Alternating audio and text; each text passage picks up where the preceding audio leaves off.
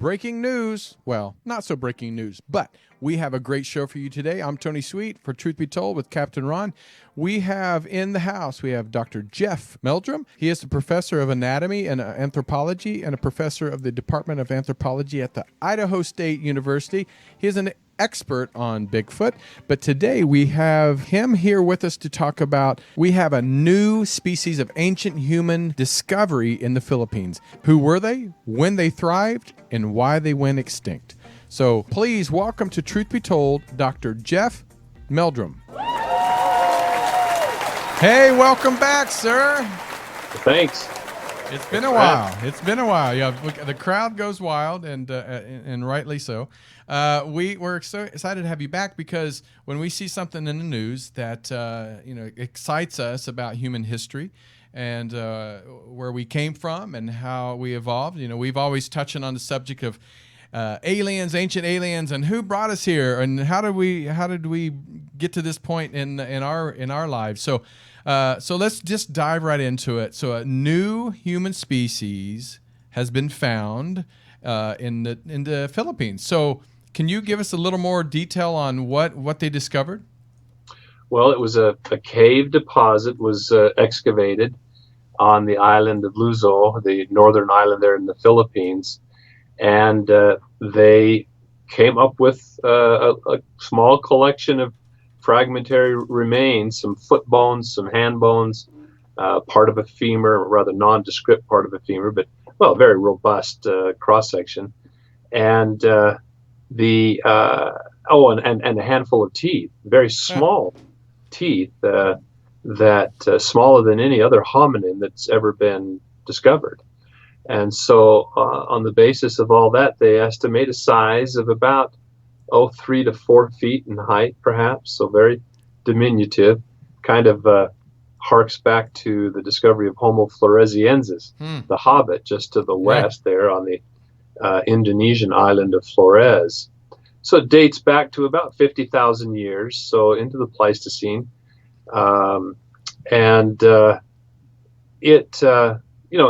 It has evoked all kinds of further discussion. Also kind of, I guess, resurrected some of the controversy, I guess, that surrounded Homo floresiensis, which I think is largely been laid to rest if you're up on the data. Right. But, so a fascinating discovery. I mean, it adds another branch. It's been dubbed Homo luzonensis, which you have to kind of wonder what's the basis of the designation of Homo, and that was one of the controversies about the taxonomic attribution of the Hobbit as well. It was assumed initially that it had to have been an insular dwarf or a dwarf or reduced body size of a Homo erectus. It was thought that Homo erectus was the only species that could have gotten out onto those islands. And yet the basis for that, which was then further bolstered by the apparent evidence of fire use and tool manufacture, was really sketchy. I mean, in my opinion, the Nature article on the archaeological context was the evidence was very poorly, made a very poor case for the attribution to Homo. I mean, something that has a brain the size of a chimpanzee, and to base it purely on the supposition that only Homo made tools. Right. I mean, that's already fallen through the floorboards. Now, with the recent announcement of evidence of Australopithecines using flake tools, a full 500,000 to 1 million years earlier than had previously been thought. So tool manufacturing use does no longer Homo equal. And so it. Now the tools, were they very similar to what other human species around the world? Are they finding anything different? Well, as far as I was able to see, they're very similar to the the kind of Oldowan or flake tool Mm-hmm. industry. I mean, they're very simple. I mean, even the Oldowan tools have been a point of some controversy. They're often depicted as these quote choppers, these kind of cobbles with flakes knocked off, so that you had a stone that had a jagged edge that you could scrape or chop with. When many, and myself included, and I don't profess to be an archaeologist, so I'm certainly not an expert on lithic tools, but it is the flake industry, the what's been called the cobble chopper is probably the core from which flakes have been knocked off, and it's those tiny little razor sharp flakes that you can then take. I used to teach a class in human evolution when I was postdocing at Duke University, and had the opportunity to create a laboratory experience, a series of laboratory experiences for the students, and one of those was tool use. And so, as an object lesson, I had collected a bunch of obsidian and flint and other chert and so forth, and a variety of hammering objects, other stones or bone and so forth. And then I would bring in a pair of old leather hiking boots that I picked up at a thrift store. And I would tell the students, okay, here, look at this hide, this leather. That's like the skin of the antelope that's there, dispatched on the plain. You aren't equipped with rending claws and teeth. You're an early hominin that has chisel-like fingernails and rather blunted, shortened canines. How are you going to get into this? And with these materials at hand, it was very straightforward exercise to knock off a flake and pick this thing up. And it's, you've probably seen some of the studies that have been done where these stone flakes have edges that are hundreds of times sharper than surgical scalpels. They're just so fine and sharp. And with just a few strokes, you cut right through this boot leather. It's just amazing. In fact, I had to start including in my kit there a box of Band-Aids, because the students would invariably cut themselves in one way or another. So it doesn't take a lot to create a very useful tool that helps you get past the boundary of that hide of an ungulate. Right. So anyway. I'm curious because, like I said, we're finding new human species, and I find this very fascinating because we've always heard, we were, evolved from the ape, the monkey, and I'm curious to have you heard if they've done any DNA testing as of yet. No, in fact, I just read recently that attempts at getting DNA from Homo floresiensis have been unsuccessful to date. So the conditions apparently weren't conducive to the preservation of that. That would be fascinating. But and I think it'll be very well. I don't think it'll be that surprising, because one of my colleagues and a good friend, Debbie Argue, along with several co-authors, did a geometric morphometric analysis of the cranium of the hobbit, right, and demonstrated, should be taken as conclusively, that it had nothing to do with Homo erectus. In fact, it showed the greatest affinities to Australopithecines. And that's the conclusion that I had offered on the basis of the postcranial skeletons when I reviewed that paper for another journal, and examined the descriptions and depictions, figures of the postcranial skeletons. It was like, there's nothing Homo about this. It looks, at best, Australopithecine, in some instances even more primitive than almost chimpanzee-like. And that possibility was raised by several of the commenters on the paper describing Homo luzonensis. Not that this was another case of insular dwarfism, but that there may have been a radiation of hominins out of Africa at a much earlier time, a radiation of Australopithecines. that made their way out across southern Asia and down into the archipelago of Southeast Asia, and eventually perhaps to the Philippines. And so it's not a matter of decreasing size at all. It's just they never were much bigger than that. I mean, if the early Australopithecine, some of those species, the females were only 3.5 feet tall, and the males barely 5 feet tall, then we're not talking about anything much bigger than that with what little we know at this point. So this almost actually it opens up the door for the people that believe in giants that roam there, because if you think about it, we've heard discoveries before, and then of course we don't have evidence anymore. But so we're finding a new species of humans, and like you said, this is considered hobbit-like, and so this kind of opens the door for other discoveries that could surprise us, such as the giants. Well, certainly there could be, and I'd be as excited as anyone if someone brought forward a legitimate, substantive piece of evidence of a giant human, Homo sapiens. I mean, we've got Gigantopithecus. We have a giant ape that existed during the Pleistocene.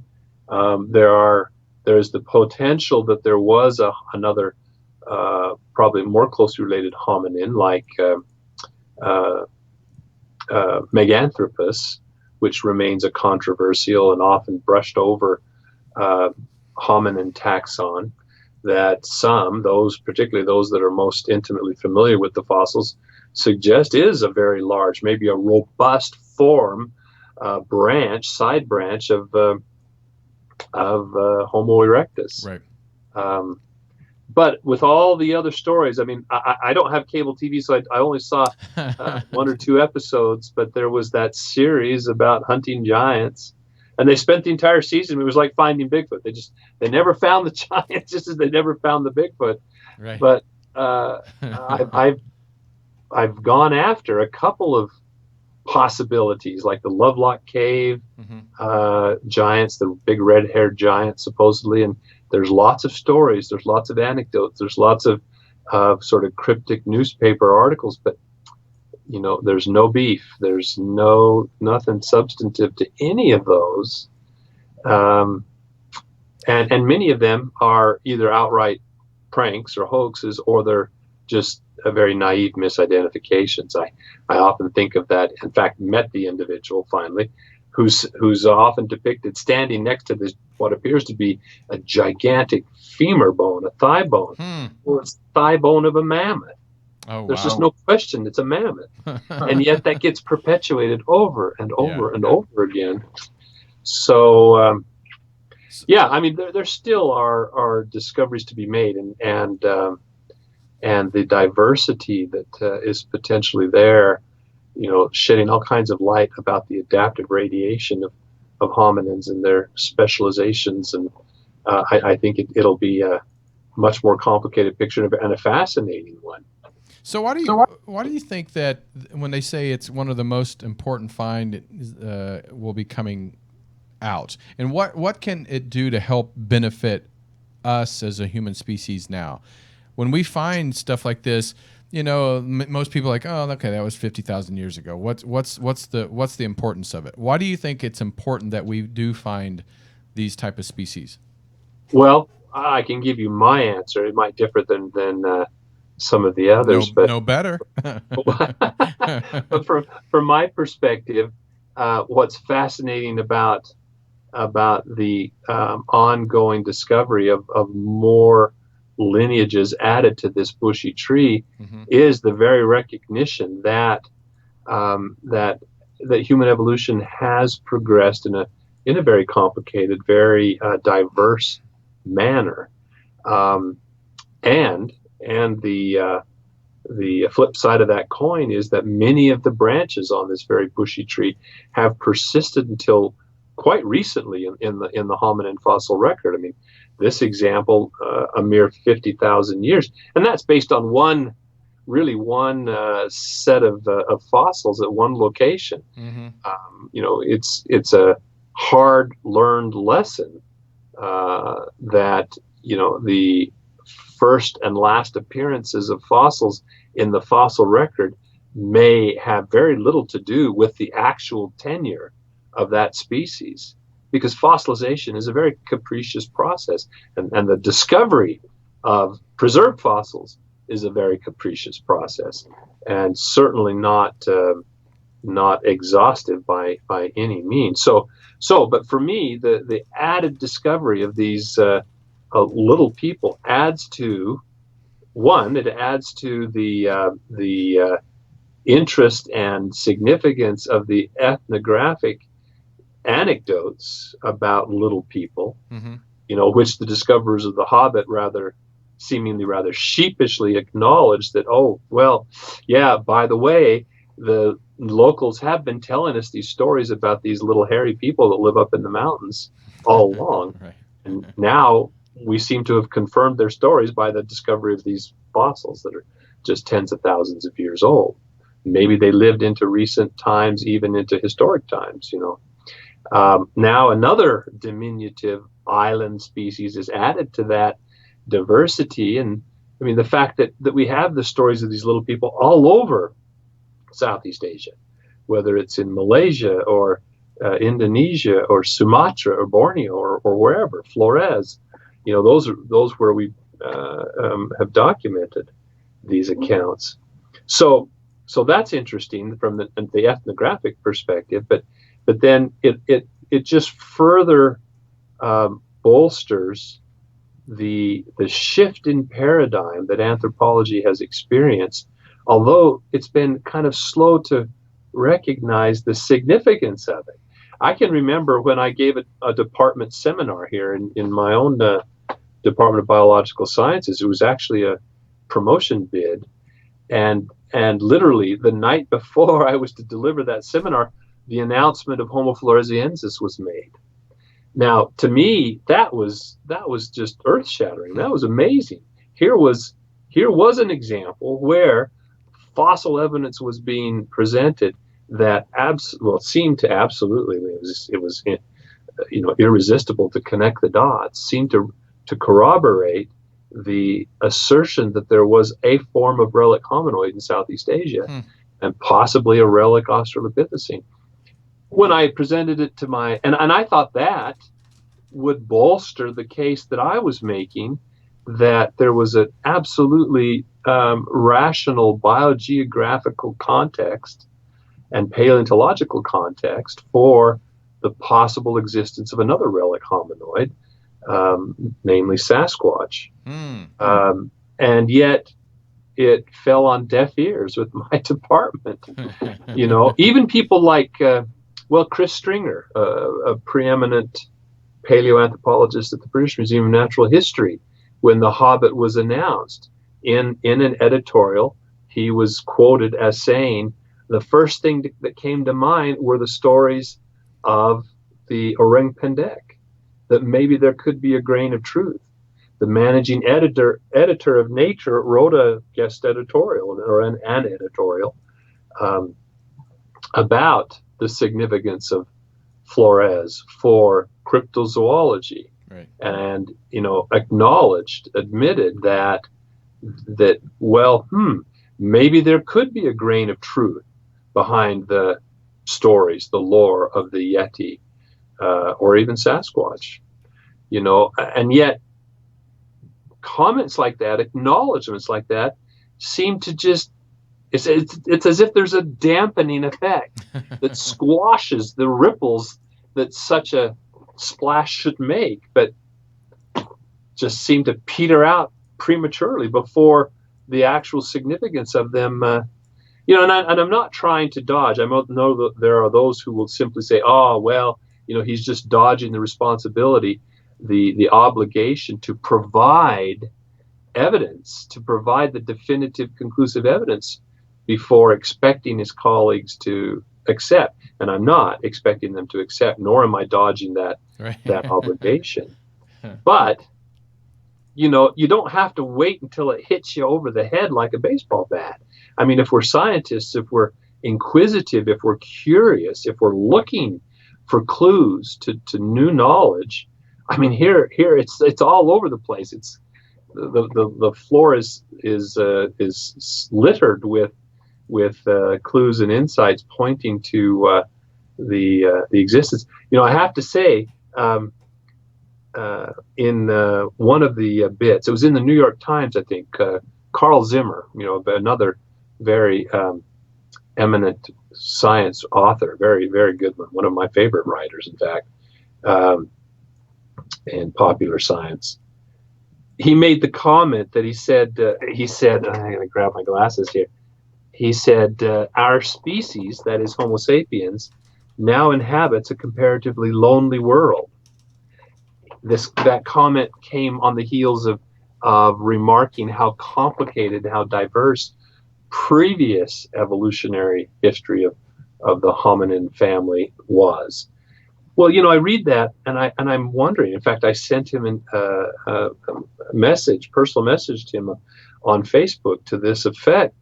Why would you assume that we are the last hominin standing when there's so much evidence to suggest that the rule of the past is not now the exception, but has extends itself into the present, in the face of so much evidence to suggest that there are Sasquatch, Yeti, Almas, Kaptar, Orang Pendek, Yeren, right. Yowie, perhaps even, which is still a big question mark for me.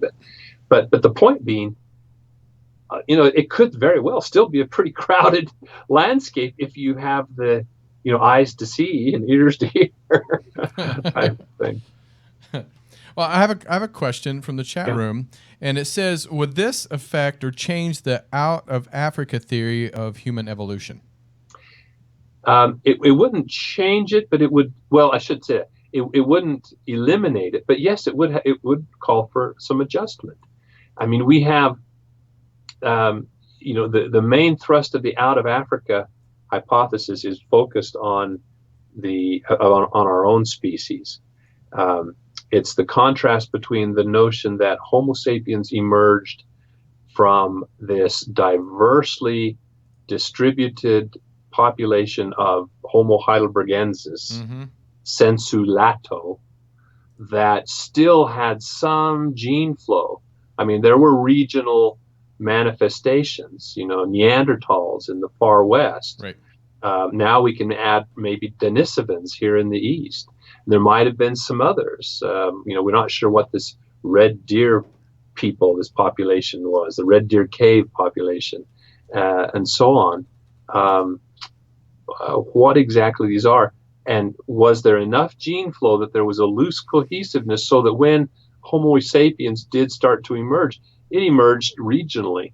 That was the regional continuity hypothesis. And then in contrast to that, the genetics seemed to suggest that there was a wave of Homo sapiens that came out of Africa fairly recently, right, and largely displaced or had some introgression with the existing populations. We now acknowledge that there was a minimal amount of introgression between us and Neanderthals and us and Denisovans, and then the mystery species, which probably was Homo heidelbergensis.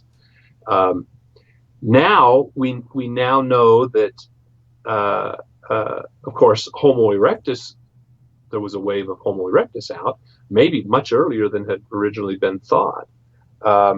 In fact, there were even questions of whether Homo erectus evolved in Western Asia from a pre-existing hominin and then spread from there to Southeast Asia and into Africa. That's an interesting proposition, right, because if Floresiensis and Luzonensis are both Australopithecine in origin, then that suggests that there was even an earlier wave, maybe as early as 2.5 million years ago, that spread out of Africa, and it was maybe from that you had an early Homo erectus evolve and then spread subsequently. But it's possible that that these Australopithecines made it out, like I said, 2.5, maybe even 3 million years, and spread out across Southeast Asia. And we have just the much later remnants found in these cave deposits where those remains have been better preserved, perhaps. But we have no trace connecting, connecting Southeast Asia and Africa. What happened in that intervening time? You've got Homo floresiensis and luzonensis 50,000 years ago. What happened between 50,000 and 2.5 million?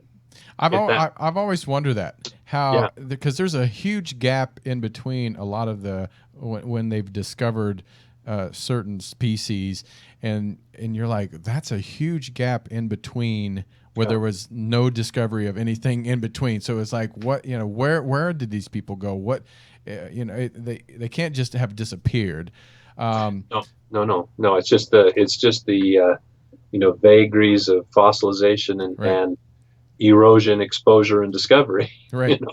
So there's all kinds of factors that bias our understanding, and then of course our interpretations rest almost solely on the evidence, the data that we have at hand. And if that's heavily skewed, then it should become as no surprise that ideas, hypotheses are overturned by subsequent discovery or grossly modified.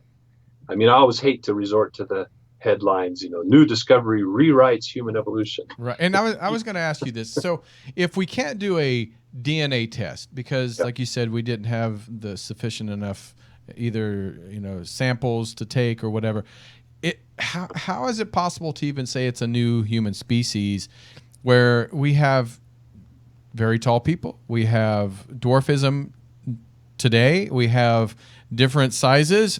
So is everybody a different species, or because if we can't take the DNA, then how do we say it's a whole new species? Well, we have to rely, and instead of the biological species concept, which we're more familiar with in our day-to-day interactions with vertebrate animals, particularly, right? And that the biological species concept simply says that species are distinct if they cannot cross and produce a viable offspring. Well, with fossils, that's kind of hard to determine. You can't take a couple of fossils and stick them in the museum drawer and turn the lights out and come back next morning and see if little fossils are dancing around in the drawer. Right. So we have to rely on morphology, and we're remarkably limited to craniodental and skeletal morphology. We can't even look at soft tissue or color of pelage, or feathers, right, and things like that. I mean, things which are the only basis, short of the DNA evidence, that we separate many species today.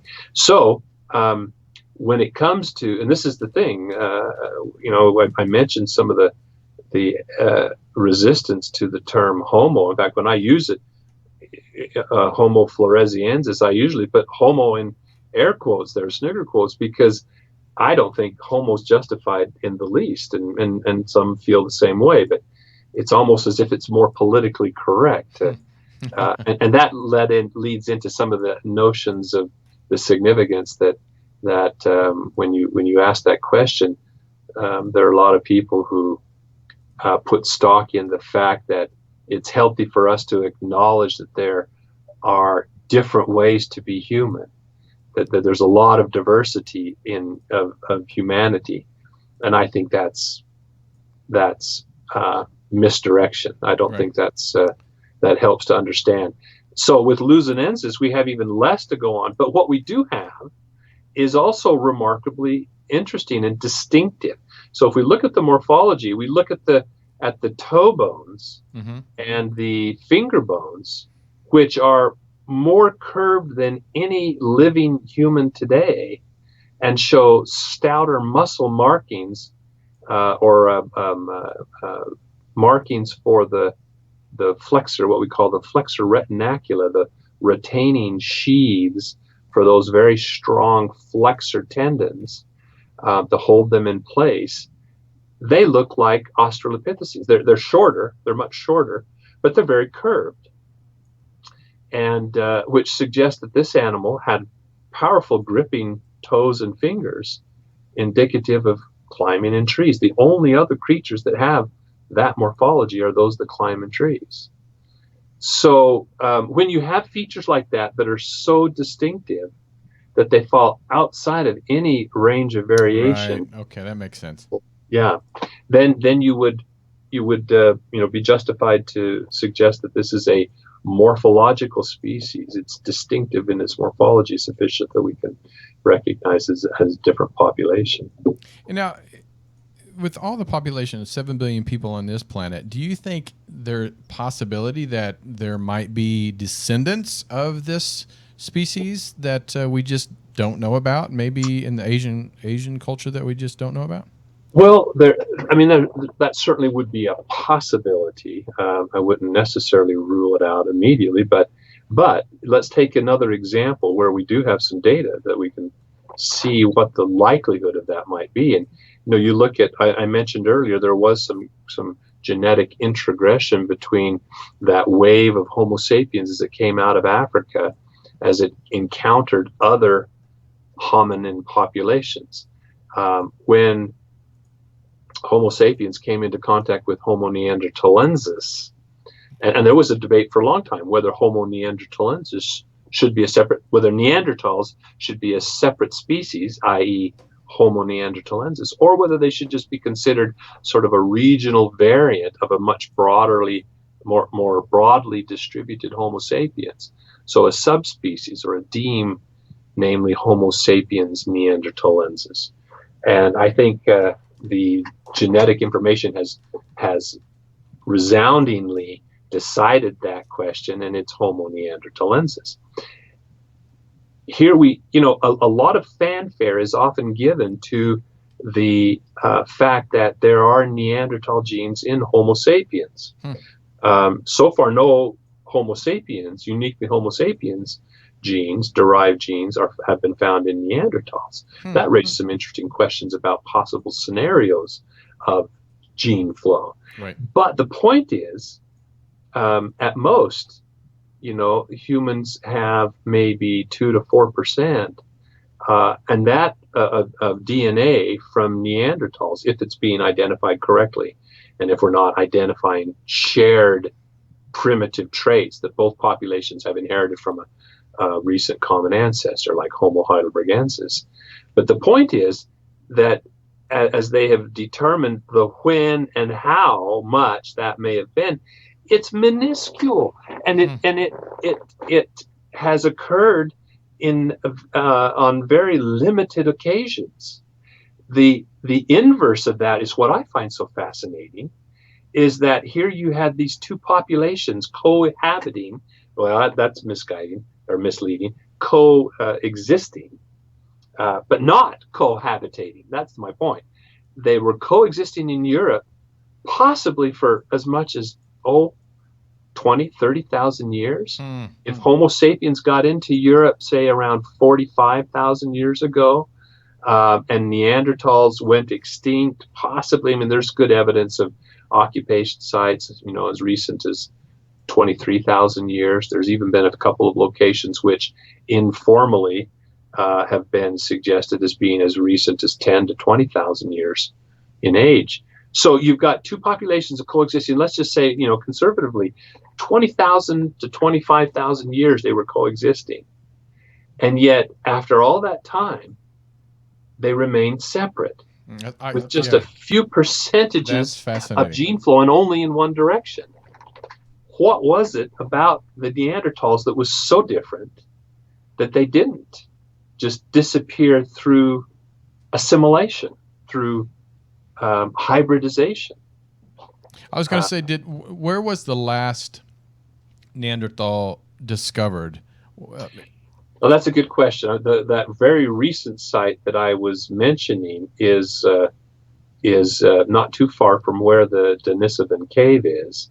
It's down in Siberia, and that date was offered at one of the physical anthropology meetings, almost as an aside, the speaker was describing something else and then mentioned this other location, and I have not seen anything in print, so maybe that date has not been borne out. But still, I mean, it's still, even if you go from 45 to 23,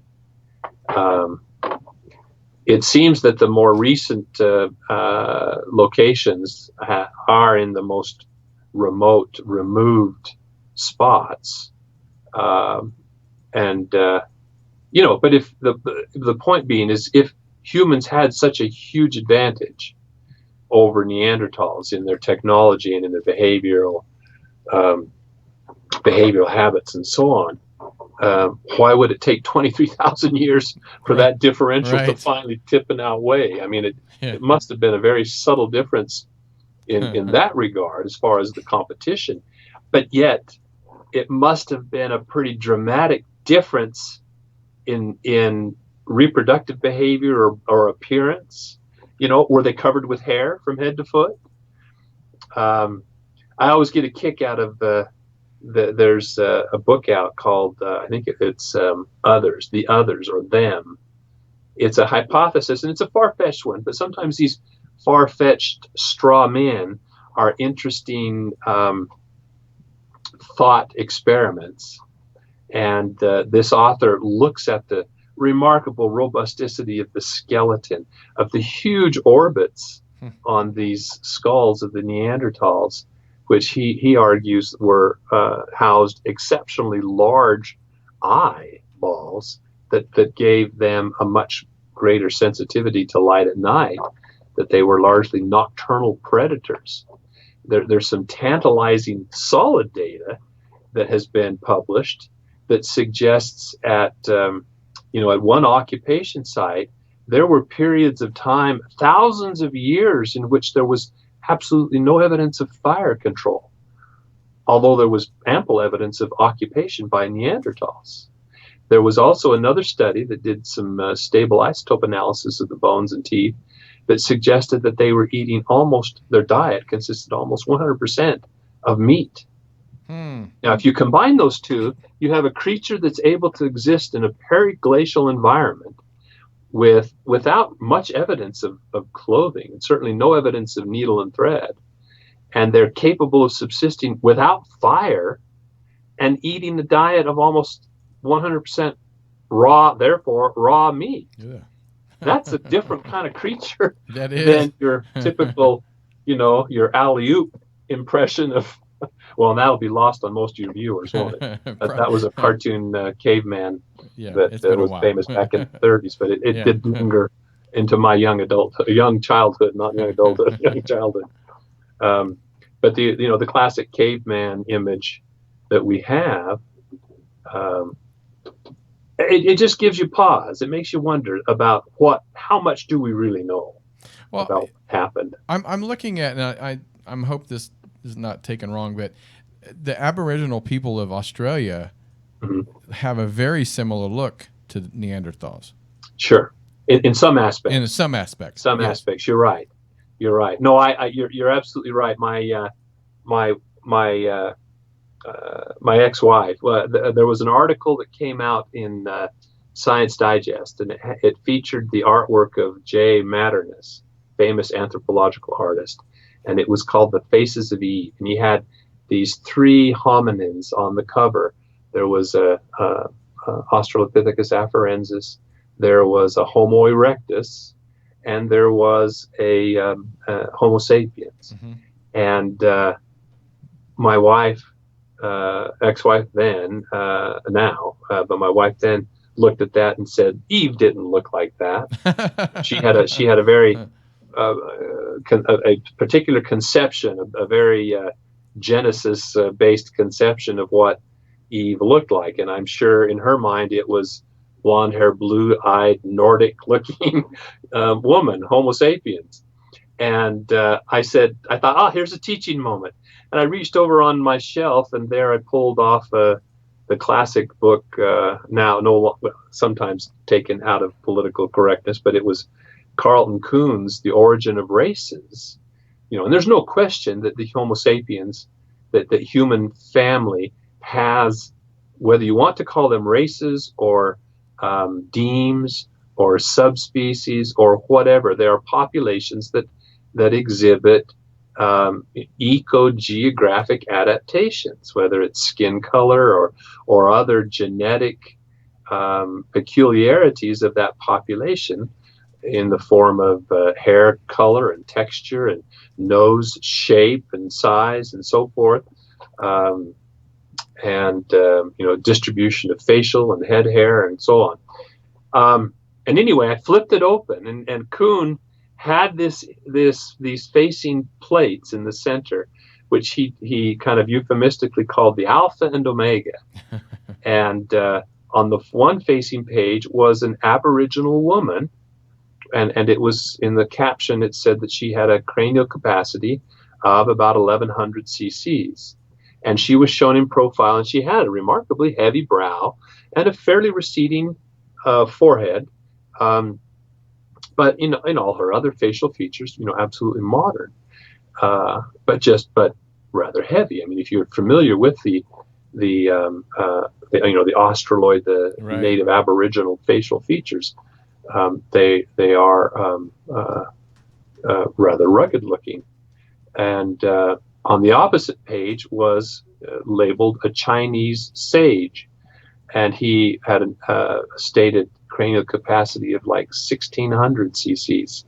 He had a very rounded, bald head, very prominent, high forehead, and no brow ridges protruding out. Just a very Right.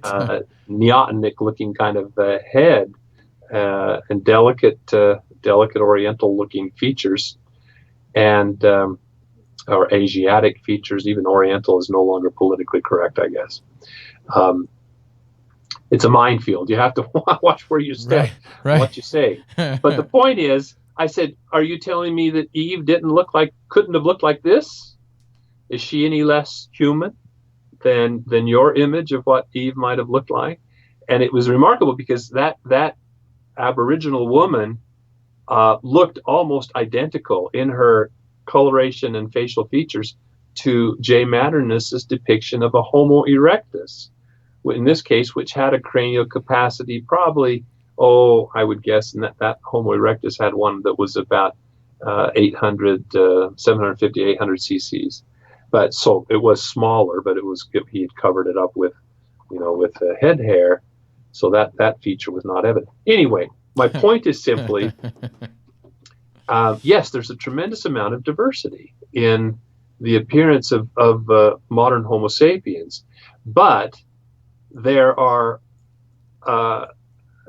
is an underlying unifying anatomy that is quite distinct in features of the cranium and the dentition and so forth. And so yes, there's a lot of within variation within Homo sapiens, but the between variation, separating us from our nearest ancestors or cousins in the form of Neanderthalensis in the latter, or Homo heidelbergensis in the former, is significant. Significant contrast. Before we let you go, I also want to ask real quick. I'm sure you've seen in the news, or at least because I know you say you don't have cable, but you've probably seen online. There was a discovery of a preserved Ice Age horse that was discovered, and they found some blood in the heart. I did see. And they're thinking about cloning it. What do you think about the discovery, and then also about the cloning? Because I don't want to be going all Jurassic Park here. Sure. Well, just as in Jurassic Park, see, an important but subtle message came out in that, and that was, I think it was in the sequel. It was made more evident when the professor is giving a lecture, and everyone wants to talk about Jurassic Park, and he said those aren't dinosaurs. He said they were hybridized right reptile amphibian, because they used frog DNA to fill in the gaps. and so with the cloning of any animal today, trying to recreate a Pleistocene form, there's going to have to be a host cell into which that nucleus can be injected, and that'll probably be the oocyte of a modern horse. And so it will, and there's without doubt there is influence on the development and expression of the genes by the maternal influence, even cellular. Even if they extract the oocyte nucleus and put the entire ovum or the entire nucleus of a donor cell, still the cytoplasmic factors of that oocyte will have an influence on the expression. But I mean, what do I think about it? I guess there are perhaps ethical questions that have to be wrestled with, but as a scientist, I would be as curious as the next as to the potential for such an experiment. No, it definitely would be fascinating to see the results. And did they know about this particular type of horse, or at that period, or is this another new species that they found? Well, I don't know enough. There was a big to-do about when Przewalski's horse was discovered in Asia, and it was thought to be a lineage of horse that was more primitive than our modern equus, and might represent more of the characteristics of a Pleistocene horse. Right. So maybe there might be similarities or derived traits that would unite those two. That's something I would have to take a closer look at. But yeah, probably distinct, at least from the modern breeds of horse that we're familiar with, as distinct as many of the modern breeds of dog are from the wolves they were derived from. So yeah. All right. So this is our last question, because we are, truth be told, and we love the mystery. You've been on the show before that talked about Bigfoot. Sure. And I'm sure you've heard this 1,000 times about since we've never caught one, we don't have DNA evidence of it, but could it be another form of Neanderthal or human species? Well, I think it's unlikely because, and if you're using the term human as in the narrow sense, Homo sapiens, there's a possibility of it being a hominin, a member of our family tree since the divergence from a last shared ancestor with chimpanzees.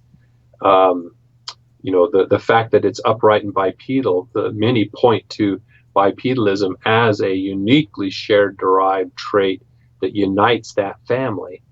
Now, I'm one who feels that evolution is rife with examples of convergence. Nature has a knack for solving similar challenges with similar solutions, and even from very different starting points. So examples of convergent evolution are numerous and fascinating, I think. But so Sasquatch doesn't seem to show those anatomies and behaviors, and more importantly, technologies, tool, material culture that we associate with Homo. And now have to even associate with later Australopithecines. Right.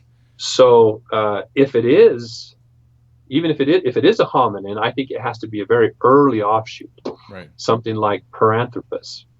See, now even Paranthropus in South Africa, or Australopithecus robustus, or Paranthropus, that applies there as well. In East Africa, it was the species was boisei. In South Africa, it was robustus, and possibly a couple other derivations. But the point was there have been digging sticks attributed to Paranthropus. That's a tool. That's perhaps a more opportunistic tool like a club or throwing a rock or something Right. like that.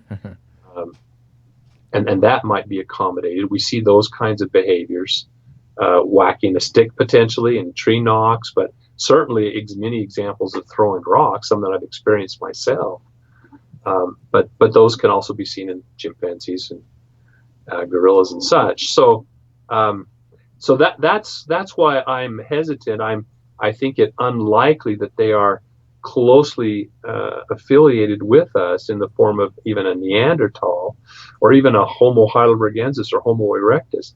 They just don't show the technologies that all of those do, and those other species were highly social as well.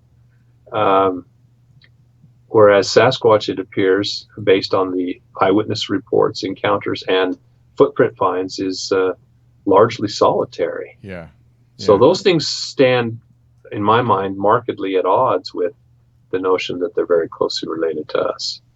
Well, Dr. Jeffrey Meldrum, thank you so much. You're always fascinating. You're the go-to guy when we have new discoveries that is unexplained throughout the world and anthropology and anything. Do you have any speaking engagements coming up that people might want to come to or listen to books or anything coming up? Well, the next engagement is at Mark DeWorth's Ohio Bigfoot Conference at Salt Fork Lodge. And then, depending on where you're at, I'm going to be working a booth, sort of a very educational outreach booth at the Wyoming Game and Fish Outdoor Expo. Oh, great. In Lander, Wyoming, which is a great opportunity, one that I am delighted about because the current director of that region of the game and fish there, State Game and Fish in Wyoming, is very open-minded. And this is the third year that we've done this. That's great. After I'm glad. that'll be up. Oh, go ahead. No, I'm glad that they're very open-minded about that. So that's awesome. It's a very gratifying opportunity. After that, towards the end of the month, actually this month, the end of next month, I'll be up in Pennsylvania at Eric Altman's event. So more to the east this time, with the exception of that. But then eventually, I mean, they're all over. Baker City, then Oregon is coming up pretty soon. So out to the west, that direction. Sounds like a lot of traveling. And now, do you have a website people can go to? I don't. I have a Facebook page, and I'll post announcements of these upcoming events on that, so people can look that up. It's under my full name, Don Jeffrey Meldrum. But I'm still kind of behind the curve on technology and haven't and time to develop and maintain a Facebook page. So that's all right. You always have a place here to come and announce anything, but we really appreciate you and taking the time and explaining this, because it may not mean to a lot of people, but every discovery, I believe, enhances who we are and our existence. And so I think it's like a family tree. When you may not know who your great-grandfather, great-great-grandfather, but sometimes when you discover who they were, they have significance in creating this country and helping this world. So I think it's always fun to learn new things that's discovered. Absolutely. So, all right. Well, thank you so much, and thank you guys for tuning in. We know everybody in the chat room and people on YouTube. Please subscribe to our channel. Go to our website, truthbetoldworldwide.com. And until next time, it's for me and Captain Ron right here on Truth Be Told. We'll see you next time. Take care. Okay. Bye-bye.